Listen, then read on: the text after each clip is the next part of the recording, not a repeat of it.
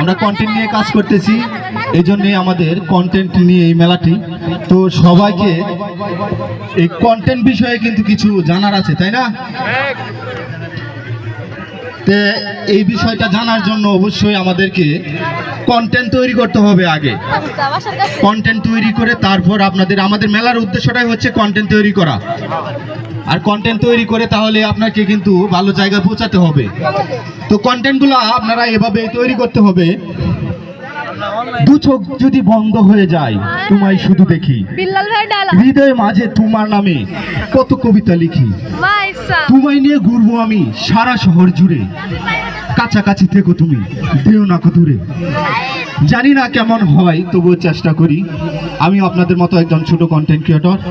তো যাই হোক, সবাই যার যার মেধা দিয়ে চালিয়ে যাবেন, এখানে থেমে থাকার কোনো দরকার নাই। তোমার যেটা ভালো